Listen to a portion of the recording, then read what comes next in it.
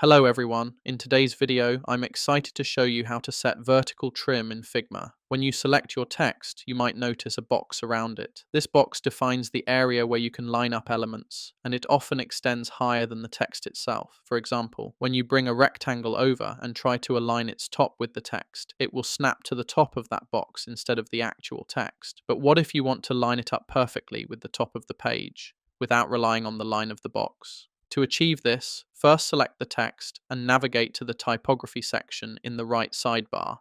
Click on the Type Settings option and a pop-up box will appear. In that box, locate the vertical trim option and select the second setting to adjust the cap height to the baseline.